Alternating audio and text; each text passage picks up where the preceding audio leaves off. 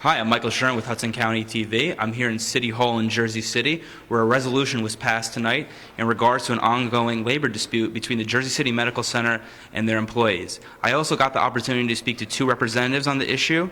One was the executive director of the American Federation of State, County, and Municipal Employees, and the other was a government affairs representative for Jersey City Medical Center. Can you tell us what the resolution is about and why you're here? Well, absolutely. The resolution is urging all parties to come together to come to some sort of resolution in the labor negotiations between Jersey City Medical Center, or my organization, and the local unions that represent some of our employees. We're here tonight to answer any questions that the council might have regarding our process. We're here because the hospital has not negotiated in good faith. Our contract expired at the end of 2012. We've been at the table for several months. The hospital refuses to negotiate, and our members are suffering. We believe they committed many unfair labor practice charges during this period, and they're trying to bust the union. What is the point of contention in the labor negotiations? What is the contract dispute really all about? Quite frankly, we're really not sure. There's a lot of different issues that are out there, but as I said, I think that what we put out there... Would you say salary, retirement benefits, something like that? To the best of our understanding, the issue is not related to salary. What we have tried to do in this latest round of negotiations is to bring our employees onto a pay-for-performance plan that's centered around the Affordable Care Act. And what are the exact issues in the collective bargaining? What are the exact contract issues that are at dispute right now between the hospital and the union? Well, it's not my goal right now to negotiate in the press. We'll negotiate at the table if we ever get to the table.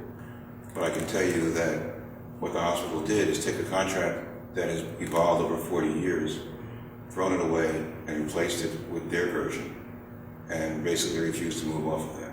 That's not negotiations.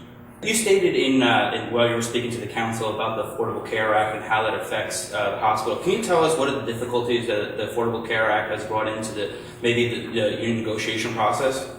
Well, sure. As I just said, what we're trying to do is bring some of our unions onto the same plan that we have our management team on, which basically looks at the metrics that the Affordable Care Act has in terms of Medicare reimbursement. In the coming years, we've got multi-millions of dollars at stake with regard to performance, making sure that we meet different metrics that Medicare has put forth to ensure that we're providing appropriate care, whether it be through patient satisfaction, hospital readmissions, and patients that come back over a certain period of time, and some other cuts and changes that are going to really affect the hospital's financial stability. One of the complaints the hospital said was that they've had issues complying with the Affordable Care Act. Do you believe that? No. If their mouths are moving, they're lying. All right. And finally, one of the accusations that has been lodged by the union is that the hospital has brought in a lawyer, his name is Brent Yesin, to bust up the union and the collective bargaining process. Now, what substance do you have to that accusation? We researched Yesin. He's been found guilty of violating the rules of the National Labor Relations Board twice. He has a record of union busting. That's what he does.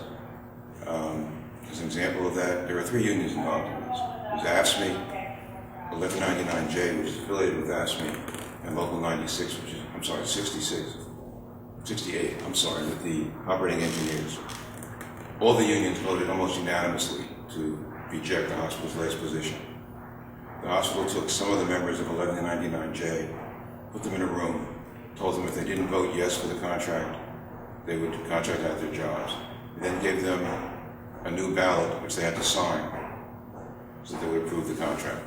That's an unfair labor practice charge. It's also an example of how they're treating people. Their accusation right here is that you brought on a lawyer by the name of Brent Yesin, and he's been specifically brought in to bust up the union and really end the collective bargaining process. Those are pretty strong accusations. What does the hospital have to say about that? That's absolutely false. We did not bring Mr. Yesin in for any type of union busting activity. The Jersey City Medical Center has a long-standing tradition of working very closely with our various unions and various organized labor.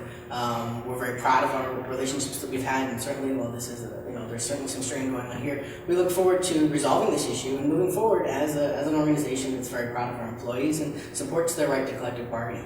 Mr. Yesin was solely brought on board as a result of the Affordable Care Act because of his expertise in the hospital industry and trying to help us align with some of the new metrics that we're facing. For more information, please visit HudsonCountyTV.com.